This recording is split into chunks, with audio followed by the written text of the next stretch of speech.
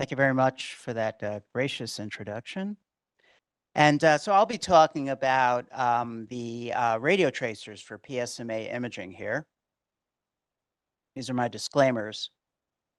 So let's start with the case. This is a patient with high-risk prostate cancer, and there is a negative MR saying that there was no metastasis and a negative bone scan. So first of all, we see in the prostate known primary cancer. And this is imaging with the newest fluorine 18 PSMA agent approved in the US called flodufolostat or Posluma. But what makes this case interesting is that there was also left external iliac uptake, and it corresponded to a benign 3 to 4 millimeter node on MR. And that was the only place that was positive. And indeed, that was the only node that was proven to be positive when the urologist went in and did the lymph node dissection. And the surgeon told me the PSMA scan was a big help in that the area didn't look grossly abnormal, but he made sure to really dissect out that area well and to get that node, knowing it was there. So Dr. Quo talked about PSMA. Again, we know it's a type 2 transmembrane glycoprotein, and it's overexpressed on the cell surface of most prostate cancer. And PSMA expression increases progressively in higher grade tumors, metastatic disease, and hormone refractory prostate cancer. Now, if we look at the NCCN, or the National Comprehensive Cancer Network guidelines 12 years ago, there was no principle of imaging section. That's from 2012. And they kind of mentioned bone scan, CT, or MR as the conventional imaging. So flash forward 12 years later, and we see that there's a 3.5-page dedicated principle of imaging section. And in fact, they still say bone and soft tissue imaging because there's so many choices now. Most importantly, that they feel that instead of using conventional imaging, such as CT and bone scan, you can go right to PSMA PET. So these are just some of the PSMA ligands in common use. There are a lot. There are many out there. So we're just going to talk about some. But the thing in common here is that they're small molecules and they target the extracellular epitope. But let's take a step backward. When we talk about imaging patients and interpreting PET, with prostate, as all cancers, we believe that the reader should pre-approach imaging with an understanding of risk stratification. That's before you even look at the images. You should have this knowledge. And some of the resources include, but they're not limited to, the NCCN guidelines, the appropriate use criteria, et cetera, et cetera. There's many places where you can get this knowledge. Then you should incorporate patient-specific information, such as grade group, PSA symptoms, imaging and other history, knowledge, of course, of the radiotracer biodistribution, causes of false positive negatives, metastatic patterns, and potential correlative imaging findings that may assist with interpretation. And this is one of the reasons why nuclear medicine residency or radiology training with nuclear radiology takes, more than 6 months, right? Only then, only when you have this knowledge, should you approach a specific patient study with, I'll say, your antenna adjusted to the sensitivity specificity trade-off required for that patient situation and body region. There will always be a sensitivity specificity trade-off. It is part of science. This is what is always something we should get used to. But again, let's talk about PSMA. It's a misnomer, right? It's not all prostate, and it's not so specific. So other cancers express PSMA, either because they have PSMA receptors in the tumor cells or due to neovasculature, which can have PSMA receptors, and also inflammation has neovasculature. So this is from our center. One of my colleagues astutely noted that there was asymmetric uptake with flodufolostat in the right base of tongue tonsillar region, and we didn't think it was prostate cancer, but indeed it turned out to be squamous cell cancer. So this is really kind of just a partial list. Meningiomas, ganglia, one should be aware of, both the cervical ganglia, celiac ganglia, and sacral ganglia.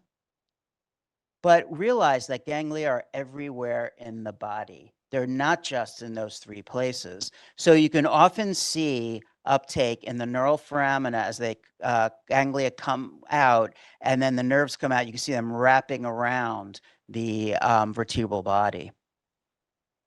This is a case of a patient with a big left stellate ganglia. It's not a supraclavicular node, and having the coronal images really helps. And at first glance, this looks like a mesorectal node, but it actually isn't. You could follow this back to the neural foramina, and this indeed was a right sacral ganglia, also stable on multiple prior images. Inflammation such as sarcoid or other reasons. Here we have a patient with uptake in bilateral axillary, hilar, external iliac, inguinal regions, and we didn't think this was prostate cancer. We thought it actually was sarcoid, and it was biopsied. The inguinal node was biopsied, and it was just nothing really specific. Of course, COVID-19 vaccine, and for that point, any vaccines probably will cause this degree of uptake for all different kinds of radiotracers. Hemangiomas in the liver, spleen, and bone. Here we have a nice case of a splenic hemangioma. And I think this is one of the bigger problems is fibrous dysplasia or other similar benign bone lesions. So this is a case from Germany, RHPSMA 7.3, which we'll be talking about, uptake in the ribs, matches the bone scan, but this one's easy. This is a characteristic appearance of fibrous dysplasia. So really, I think if you can become an expert in reading PSMA PET, you should become an expert in what fibrous dysplasia can look like. This is an uptake in a ring-type sclerosis with gallium PSMA. That's in the rib, also hot on a bone scan, and these were all stable on older studies dating back years. This is just fibrous dysplasia.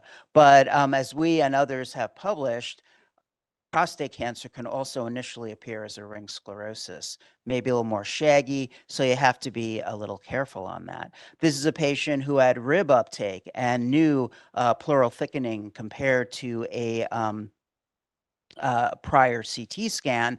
Patient denied trauma, of course, but we further worked up the patient with an MR, and this was just a healing fracture on MR, and maybe the patient had trauma, just didn't realize it. And remember, PSMA is not always expressed. It's mostly expressed, but not 100% of the time. This was a very interesting case with Polarify, and the patient had no uptake in the prostate, maybe very, very mild at the most. And there was a 2-centimeter lymph node. When they took these out, these were full of prostate cancer. And it wasn't neuroendocrine differentiated. This was a primary cancer. This was acinar type. And I didn't believe it. That's why we had to get the images from an outside institution. But this is really stone cold negative. And of course, when the patient recurred, I had to get that fluciclovine in there. We knew that PSMA wouldn't work, so we used fluciclovine, and we're able to show the recurrence. Now let's talk about region-specific interpretation. And this is in general, okay, for any kind of PSMA tracer. First, you should use the knowledge of the disease process itself to provide the best and most definitive interpretation. In patients in post-prostatectomy, you should know where the cancer occurs. 2/3 of the time, it's going to recur at the vesicourethral anastomosis, okay, below the bladder, in the neck. And it's very useful to look at sagittal images to help you with that differentiation. Next come those lateral surgical margins, then the retrovesicular region, and then other less common like urethra, bladder wall, rectum. That's pretty ominous if that happens. So again, you want to set your antenna for high sensitivity. Since the patient has biochemical recurrence by PSA, you know disease is present. It has to be present for the most part. So you should read these very, very sensitively if you want to look for small volume disease. And any focal uptake greater than the background soft tissue is suspicious for local recurrence. In small lesions, we all know about partial volume averaging. Really small lesions can have underrepresented SUV, so you want to account for that. And this is a case with flow-to-folostat PET, very interesting. You should look at different PET window scales for any PSMA agent that you're going to use. So here we see some pelvic lesions, but by windowing more widely, we could also better see the uptake in the prostate bed. You should just get used to doing that. Again, I said sagittal images are very useful. And also, what I'll do is use a high contrast CT window to try to figure out where the bladder lumen is. And I could tell if something's in the bladder or outside the bladder and the bladder wall, where prostate cancer can also recur. Next comes intact prostate, either primary disease or non-prostatectomy prior therapy. You should understand where the cancer occurs and recurs. First of all, prostate cancer is most commonly found in the peripheral zone, but it can occur centrally as well. But you should use this knowledge to ratchet up your sensitivity and play with that sensitivity specificity trade-off. And as I tell our residents, it's not cheating if you've already had a biopsy and you know where the disease is. You don't have to keep it a secret, until we read out. And false positives are more common centrally and may occur due to BPH and inflammation, so-called Mickey Mouse ears, sign that we see with PSMA. And the relapse tends to occur at the treated primary site, also usually external to brachytherapy seed coverage. You could use all that information to really fine-tune your reading, especially if you have a borderline finding. So this is 3 different patients from the Lighthouse trial, which I'll talk about. They're all Gleason 9. This had just very little disease, and you go up the gamut, and then you have just a lot of multifocal disease. So again, Gleason is just part of the story. Seminal vesicles. Bilateral radiotracer uptake similar to background blood pool is likely physiologic, but you're really looking for asymmetric focal radiotracer uptake greater than background, especially with any associated soft tissue component. I have to say MR is very helpful here, okay, if you have any questions. So this is a patient who had high-risk cancer. There was multifocal seminal vesicle disease detection on both sides. And so that's, something that should be called positive. Metastatic disease. Again, you should set your antenna with the knowledge of patterns of spread and risk stratification. The higher the level of risk, the greater the chance of metastatic disease.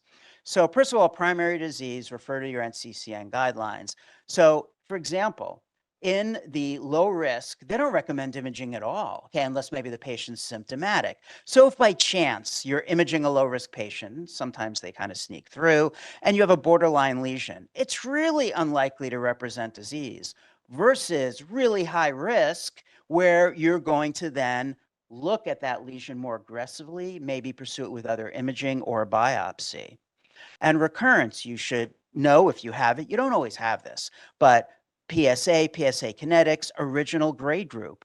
Are there any symptoms? Was the patient node positive at the original pelvic lymph node dissection? That is also very important information to know because that will increase your risk. So this is a very nice study out of Germany with flodufolostat looking at primary prostate cancer. Bottom line here is that as you go from very low to very high, okay, your chance of not only having metastasis is greater, but your chance of having those visceral metastasis or those bone metastasis is also greater. So you can kind of play the odds. Same thing with recurrence, that as you go up in PSA, you have a greater chance of not only having metastasis, but having extranodal metastasis or metastasis, outside the pelvis. So I don't know if you have this saying in Taiwan, but real estate agents always say location, location, location. So it's where, that real estate is located. Same thing with nodes. First of all, prostate cancer typically kind of spreads from the inside to the outside.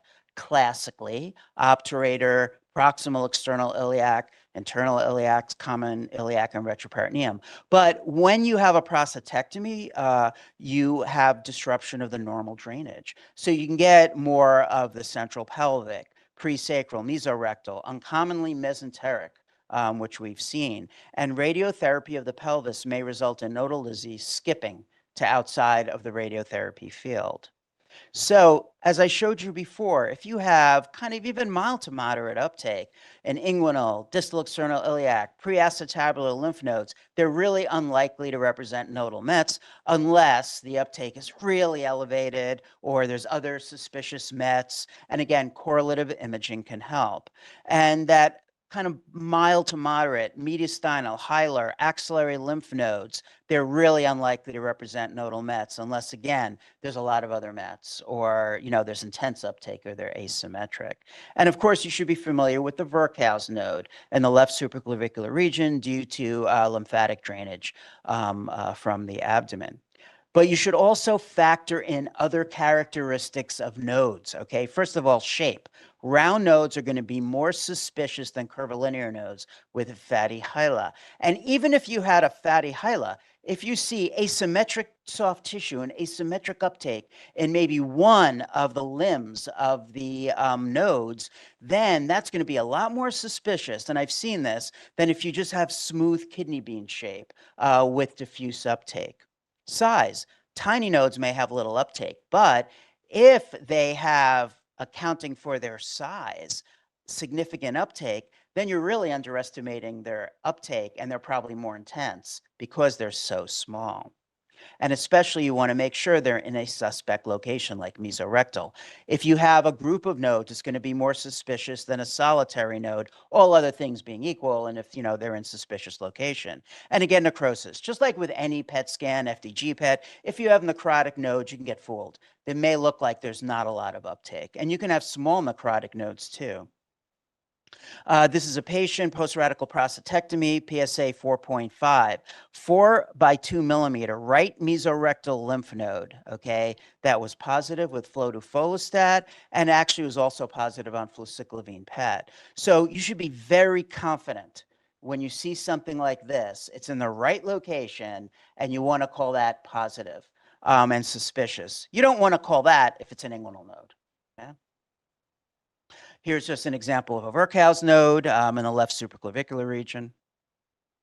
And for skeletal disease, understand also the risk stratification and obtain that clinical information. So if you have a single mild to moderate rib focus in a lower risk patient, it's likely going to be secondary to a benign bone lesion such as fibrous dysplasia.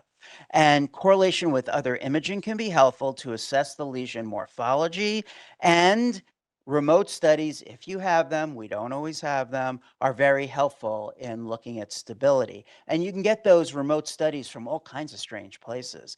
Look for the cardiac exams that have been done. Maybe they did a chest CT for attenuation correction, okay? So this is a patient post-prostatectomy, salvage RT to the prostate bed, had a PSA of 2.6. The only abnormality we saw was uptake at L2 right at the end plate with sclerosis. This is not degenerative disease, okay? It's too intense. This is where prostate cancer actually starts in terms of vertebral bodies. And degenerative disease typically has less uptake. This was also confirmed on MR and fluciclovine PET. And don't forget, prostate cancer is not always sclerotic, okay? It can be lytic, like we see in this patient, where there's a lysis and actually uptake in the periphery. Now, depending on the location of the Mets, the radiotracer avidity for visceral Mets can be masked due to high background radiotracer activity. So if you have a lesion in the liver, it can look photopenic. And you really have to look at that CT scan. And if it doesn't look like a classic cyst, then you should do further evaluation with a CT or MR. And sometimes you can get these unusual metastatic lesions, but typically they're in the presence of other metastasis. This is a patient with a lung lesion in the left lower lobe, and this could have been lung cancer, okay, any day of the week. And this was uptake with flow-to-folostat PET, and this was biopsied, and this was recurrent prostate cancer metastasis. So let's talk about some of our specific radiotracers. First, the gallium-68, easy to remember, 68-minute half-life, okay? And that makes it sometimes a little more difficult to work with because of workflow issues, patient could be running late, et cetera. Now, gallium PSMA has been used worldwide for many years. For example, this study in Germany, I bet they were using it before 2011, but they went back to 2011 and they had hundreds of patients, and there was a pretty good sensitivity overall. The blue is the positivity rate. So the higher the PSA, the higher the positivity rate. This one, I think they got lucky. The specificity was 100%. We know that's just not possible. In terms of gallium PSMA in the United States, the real work in bringing this to the U.S., I think, was done by the UCLA UCSF group, University of California, Los Angeles, and San Francisco. And this is the primary prostate cancer study they did with intermediate to high risk or higher.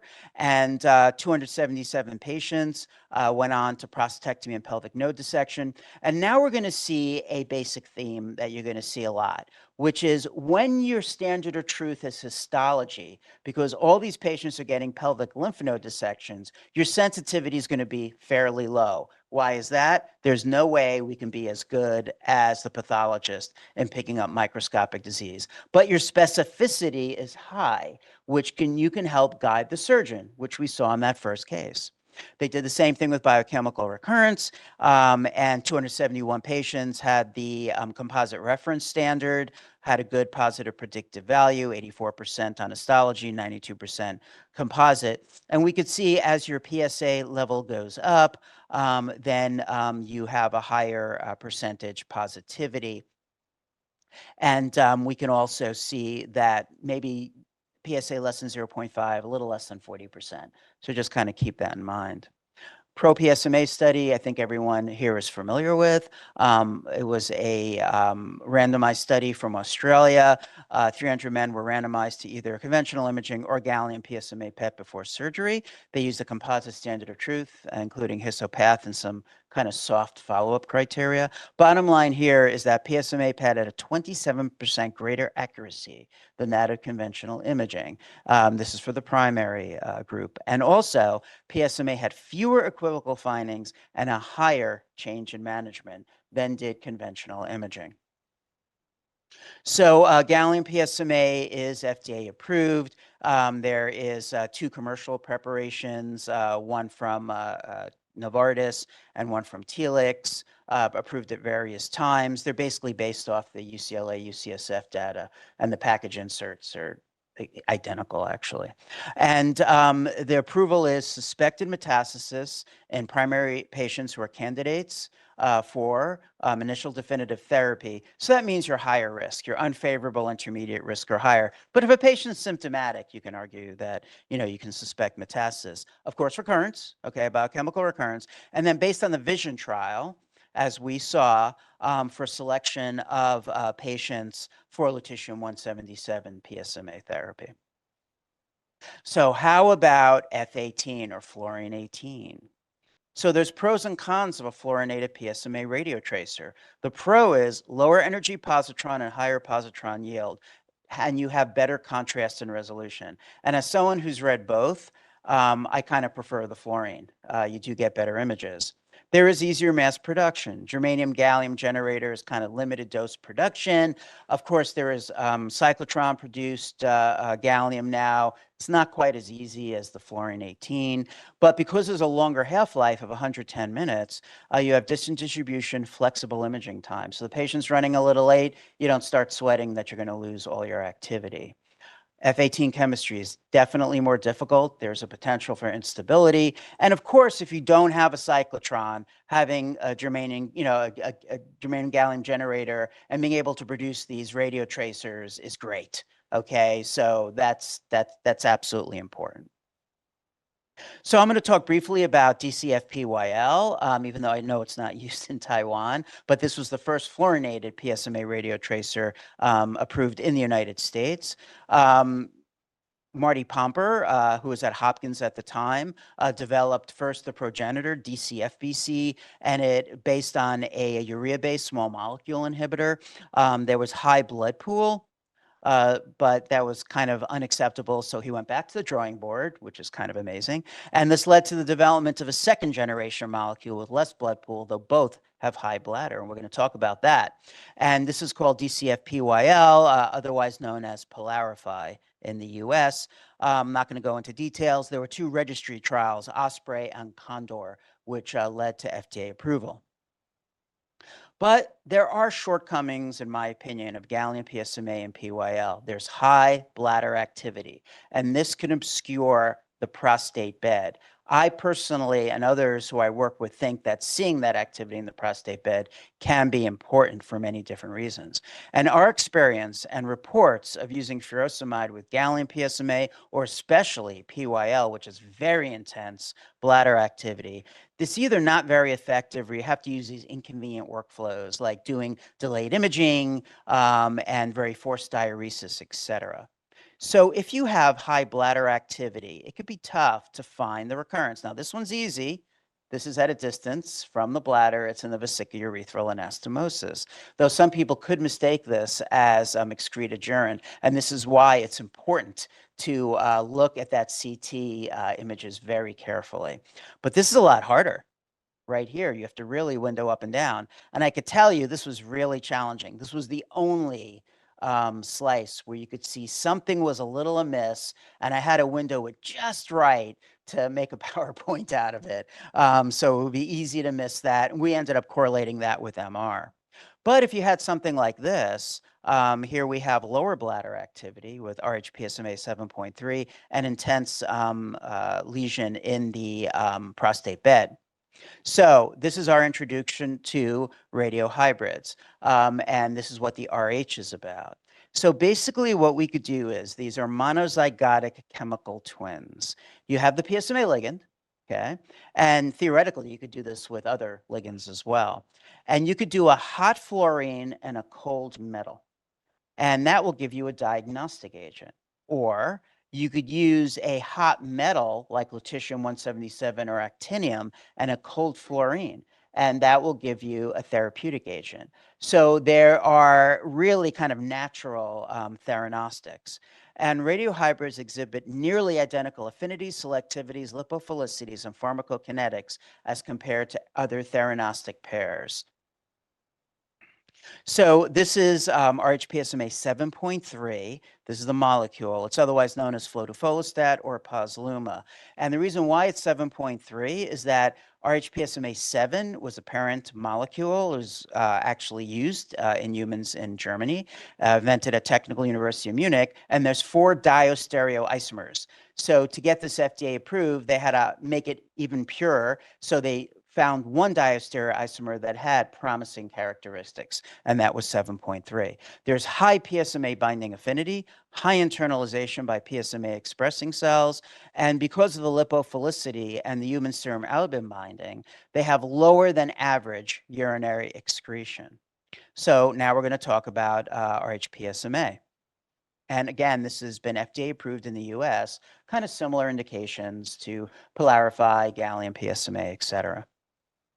So again, from our colleagues in Germany, you could see dynamic imaging up to about an hour, and we have bladder activity, which is pretty low, background prostate, and then tumor, which is pretty high. So you have good tumor to background ratio.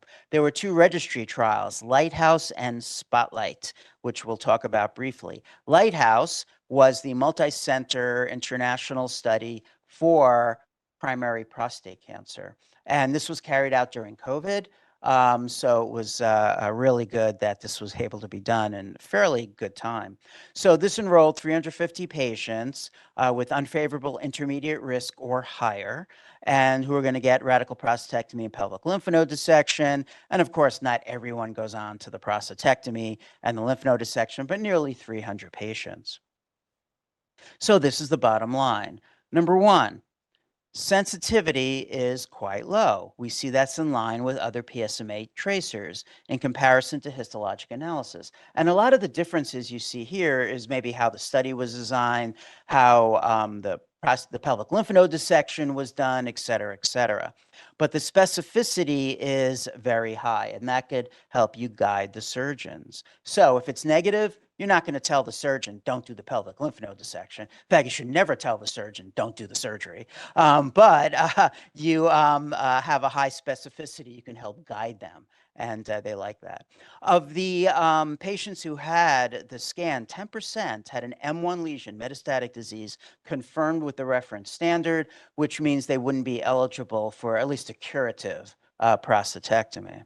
Next was Spotlight, which is the biochemical recurrence version of this, enrolled nearly 400 patients, and there was a composite reference standard as well. Bottom line here is that high detection rate across PSA levels. Notice that the PSA less than 0.5, we're getting into the 60s now. And again, detection varies with the PSA. The higher the PSA, the greater the detection rate. And because the prospective study design only really had the standard of truth for positive studies, a negative study does not mean that there's no disease. It means that actually you just don't see the disease. It has to be there somewhere, okay? And here's, I'm going to show some cases. There's a flow-to-folostat PET CT, post-prostatectomy, PSA of 0.79. You can very nicely see the retrovesicular, I think most people would call that, lesion, and fairly low bladder. This patient is the higher risk primary disease, and we could see extensive prostate, seminal vesicle involvement, but there was also less intense, but definitively focal uptake at L5. So when we see just a solitary lesion like that, of course, we get other imaging, and it was a classic metastasis confirmed on spine MR, and surgery was canceled. This is my kind of favorite case. This patient had biochemical recurrence following LDR brachytherapy, had a baseline PSA of 2.6. This is flow-to-folostat from the trial. There were multiple sub-centimeter left iliac lymph nodes, okay? But there was also uptake in this 5 millimeter or less left ischiorectal fossa lesion with a lower SUV max. And I thought this was something that should be further evaluated, even though I'd never seen anything like it. So we did an MR, something lit up there, very non-committal. I talked my colleagues into doing a biopsy, and this indeed was a malignant disease, and it changed the approach to the patient. Patient actually got protons to the pelvis and to this lesion and did pretty well. Now, this is a patient who had radiotherapy, also had a lymph node dissection for recurrence where they took out a lot of lymph nodes. So there's a lot of surgery in that pelvis. Now it's a rising PSA to 12.7. The only areas that are positive are in the mediastinum here. But this is intense, okay? And we have subcarinal right hilar activity, and this was FNA during a bronchoscope, and this was metastatic adenocarcinoma. Now let's talk briefly about 1007. It's not FDA approved in the US, and I have to tell you, I do not have personal experience with 1007, but we've talked to a few sites, who do it across the world. So 1007 is kind of modeled, it's not exactly, on PSMA 617, and there's a high binding affinity and internalization ratio. It's more lipophilic with less urinary excretion, so you definitely have an advantage in the bed. There's a very nice study showing same patient with gallium PSMA and then 1007, where you don't really see the lesion too well. It could be mistaken for a bladder, but you see it very nicely with 1007. The trade-off here is going to be greater liver activity. In a 250 patient, 3-center study, overall detection rate was 81%. And again, you have a pretty good detection rate here, 62% with a PSA less than 0.5. And again, this is maybe a little controversial, but ideal uptake has been described, for example, in the guidelines as 90 to 120 minutes. I think many sites do it an hour, okay? But if you look at kind of the ideal dynamics, you're going to see more lesions at 90 to 120 minutes. There might be some trade-off there. It may not be as practical as other PSMA radio tracers, though again, certainly you could image at 1 hour. So this is where we get into the real controversy. And I don't know the answer to this. Is there a greater bone problem with 1007? So if you look at the literature, non-physiologic uptake has been observed in a high percentage in some series, as much as 80%. They describe non-specific bone uptake without CT correlate, okay, and a negative MR. And MR may not be very specific for lesions, but it's very sensitive typically. So this is worrisome for me, but the etiology is still uncertain. It's not quite as simple as defluorination, it seems. And so I don't think we really have a good handle on this yet. So people ask me, how about rhPSMA 7.3 nonspecific uptake? Because there has been some literature on the parent compound. So I could say that in my experience now, and I've used gallium PSMA, Polarify, and rhPSMA, I see benign uptake about the same frequency as other PSMA radiotracers. And most, though, have a CT correlate. In general, you're going to see with fluorinated tracers, you're going to see the good and the bad better. Okay, so you might see a little more the nonspecific uptake, but you're also going to see lesions better. And that's been my experience. Most ganglia, I think if you educate yourself on anatomy, you could sort of figure out ganglia 95% of the time. Fibrous dysplasia, if it's classic appearance, expansile, smooth border, ground glass matrix, and endosteal scalloping, I think you could be very confident about that it's fibrous dysplasia. But fibrous dysplasia can look like a lot of different things. And this is where if you have a CT correlate, and you don't always, but if you do, you can compare it with prior imaging. So that can give you a little, bit of confidence. And we looked back on the unpublished data from Spotlight. And this is going to be published hopefully in the future. But if we look at the bone positive predictive value with rhPSMA 7.3, it compared favorably at 71% with the 63% positive predictive value for DCFPYL. Okay. Now, how about bladder activity? rhPSMA 7.3 has lower urinary excretion than gallium PSMA and PYL. That's for sure. It does have higher excretion than 1007. Though I would say that fluciclovine still has the very, very lowest. But though PSMA 1007 is also reported to have variable bladder activity at times. So what did we do?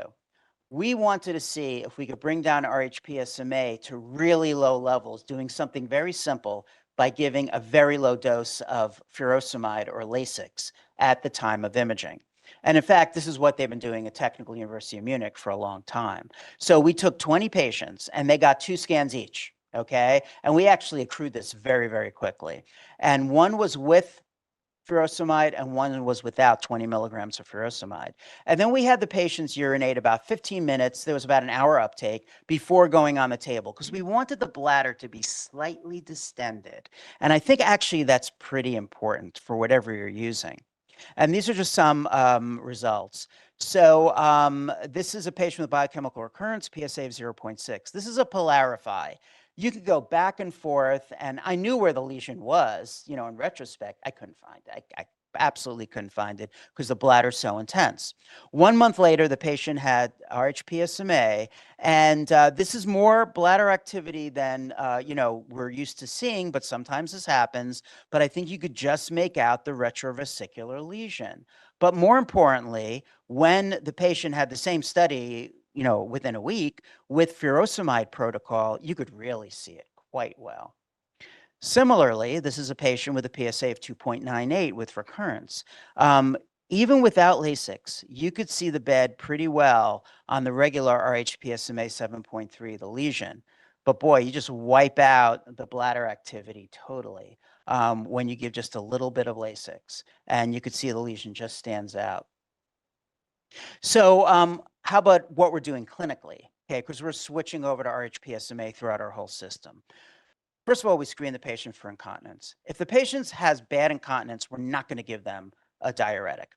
But if there's no or minimal, then we give now 10 milligrams of furosemide, even less, at the time of the injection. We also have them drink some water and 16 ounces of oral contrast, water-soluble contrast. Then we image at 70 minutes, okay, because we think that maybe we're getting a little better uptake at that time, but we have them go to the bathroom at 60 minutes.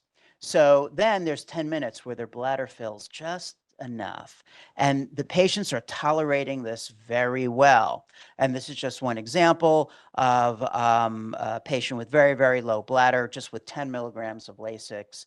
And we're going to play a little, or, play around a little more, but we think this is a pretty good protocol and a good way to start.